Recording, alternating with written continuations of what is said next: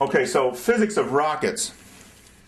There's a few things we need to talk about. So we said that a rocket is something that throws stuff out the back, right? So now if I'm on a skateboard, imagine I have,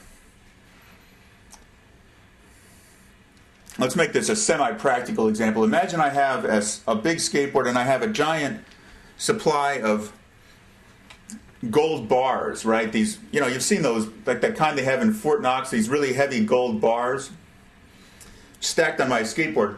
If I stand on my skateboard, which is free to move, it's on wheels, it's free to move with more or less no friction, and I start throwing these gold bars off the back, my skateboard is going to go forward, right? So I have a skateboard loaded with stuff. Here's me.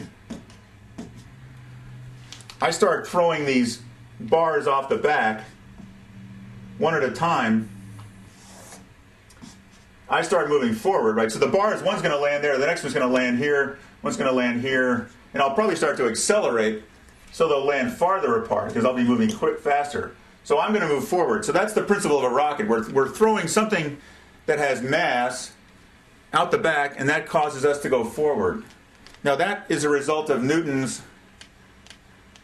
Well, this gets complicated. It's not as straightforward. But we'll go through the Newton laws now.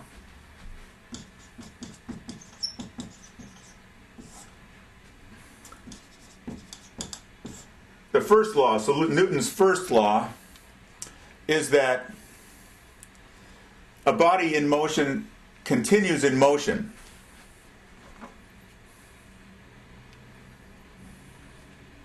So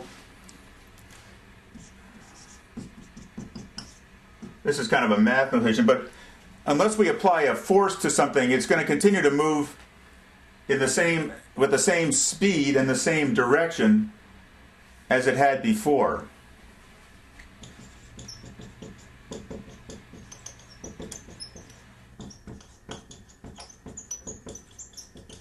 That's Newton's first law. That's because of something called inertia.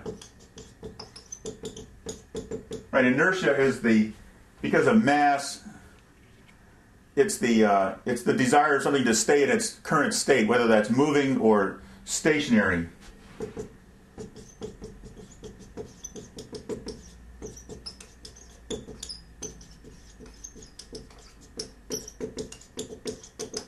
So in Newton's first law, body in motion will stay in unchanged motion unless we apply force.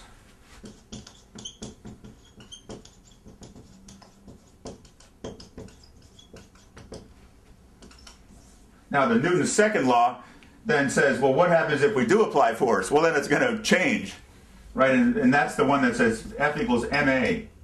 Force, mass times acceleration.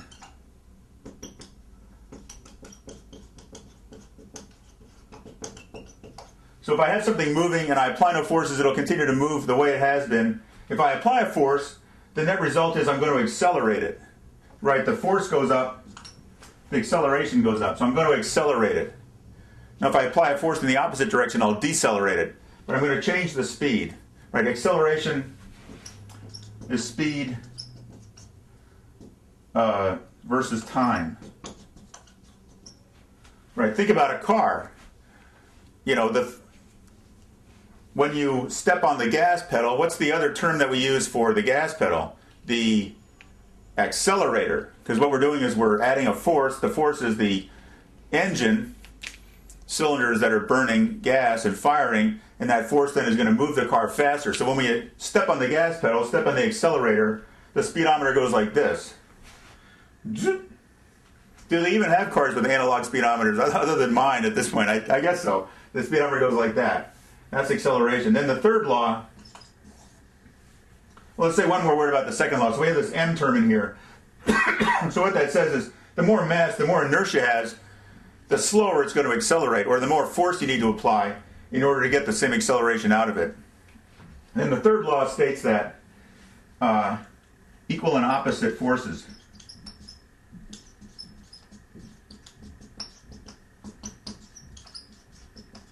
So if you apply a force, if I push on the wall,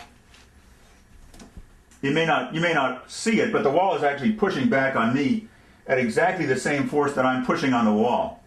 Right? If there's not something pushing back at me, it's going to move. Right? So equal and opposite forces means that it's stationary.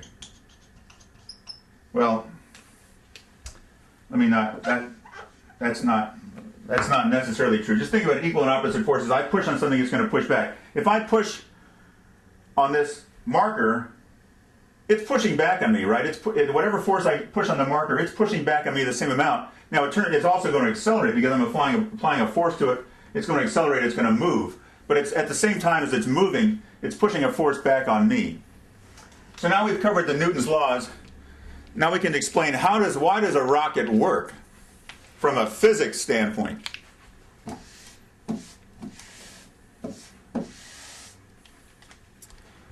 Well,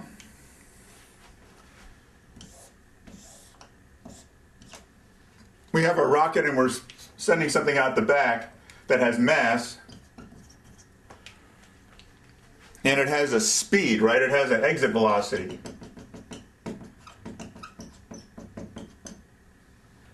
So, which laws are we using? Now, people always say, oh, it's Newton's third law. Well, that is true. We do have Newton's third law here, but we also, first of all, have Newton's second law.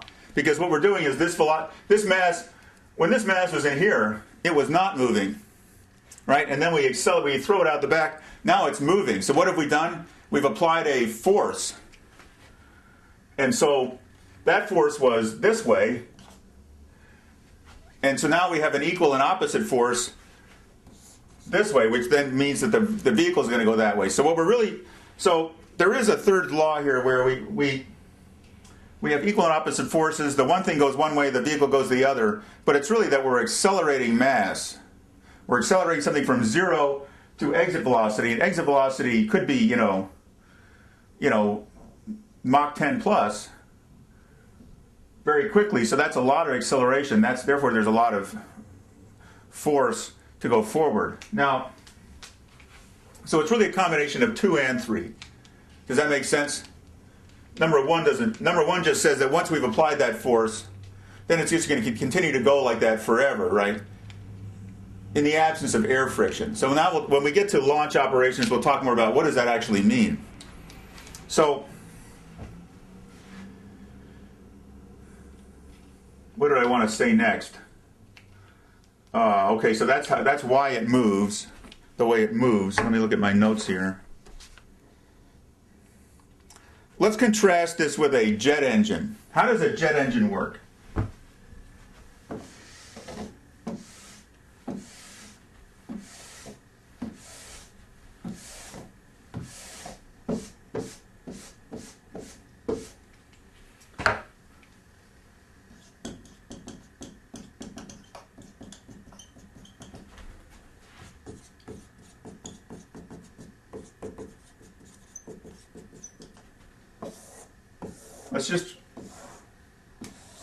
Let's just contrast a few attributes here. So the first thing is what Newton's laws apply. And in the case of a rocket engine, we said it's 2 and 3. Well, for a jet engine, it's the same thing, because what is a jet engine? How does it work? So in this case, we expel something out the back. In this case, we're expelling something too. Right, in the case here, what we're expelling is, the product of combustion.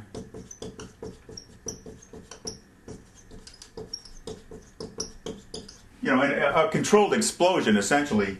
In this case, what we're expelling essentially is air. A jet of air.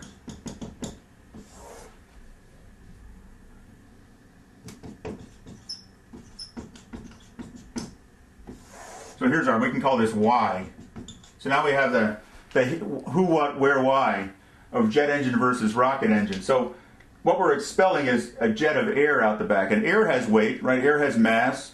Archimedes proved that a long time ago. And so we're sending this jet of air out the back, and then that causes the vehicle to go forward. Now, in the modern jet engine, we actually call it a turbofan. And the design of a jet engine like a turbofan is where you have what people really call the jet engine in the middle.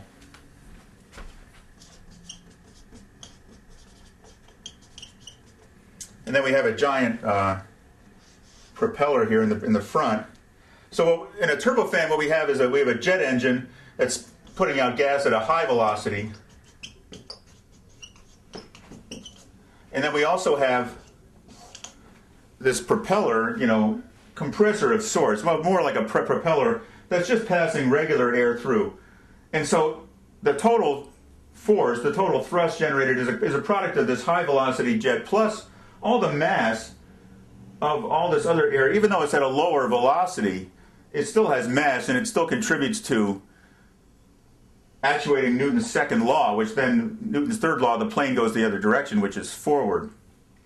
So, but now let's get to the one big difference about a rocket versus a jet. Now we can go back to our history of Goddard. So the other thing that Goddard suggested was that a rocket will even work in a vacuum. And in fact, the New York Times ridiculed him in the newspaper about that claim when he made it I think it was the 20s or the 30s. Now, if you want to go into space, where there is no atmosphere, space is a vacuum, right? There's nothing there. It's empty. Devoid of all, except for a few neutrinos and dark matter, there is nothing there. So it's in a vacuum. People thought, and the New York Times, obviously in 1930, whatever, thought this too, that a rocket motor was actually working because it was pushing on the air. So we're sending something out the back, but it's actually just pushing on the air. And that's what then causes the vehicle to go forward. So if there's no air there to push on, game over. Well, that's completely not true. Witness all of the rockets. In a vacuum, as long as we throw things out the back, it doesn't matter whether we're in water, air, honey. A vacuum is irrelevant. It's the principle of rocketry is still going to work. So Goddard was the guy who was ridiculed for that. The retraction, the New York Times have ultimately made a retraction for that erroneous criticism. Guess when the retraction came? The same day that Apollo 11 lifted off from Cape Canaveral, 1969. Kind of funny, huh? So the thing is, though, in a vacuum, there's nothing to burn, right? So we all know from Boy Scouts that in order to have fire, you have to have fuel, and you have to have air, you have to have the right temperature. So I think that's the triad, right? In a vacuum, do we have air? No, we don't. In the case of a jet engine, do we have air? Yes. So we'll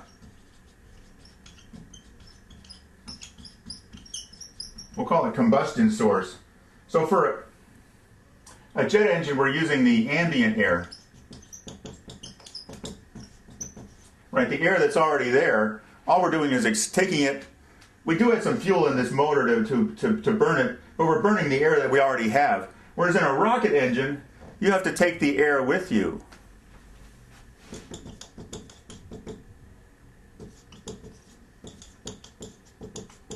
Now, do we need everything that's in the air? No, we only need one thing that's in the air, the oxygen. So you have to take the oxygen with you. And that's what makes a rocket engine more difficult to design than a jet engine. And that's also why there's a limitation, a practical limitation on how high a jet engine can go. Because there's no more air to burn the thing and it just flames out. So that's why the X-15, all those things that went on suborbital trajectories all had a rocket motor powering them because there was no air available for the jet engine to operate. So designing a rocket is more complicated. You have to have all these things in there, and you have to carry your air with you. Then you have to figure out how to get this thing to combust, and you have to direct it out the back, and you have to do all this and still have enough, have conserved enough weight to, first of all, have the entire vehicle move forward, and then secondly, you want to have weight left over for the payload, for the thing you're using the rocket for, whether it's a bomb or whatever. So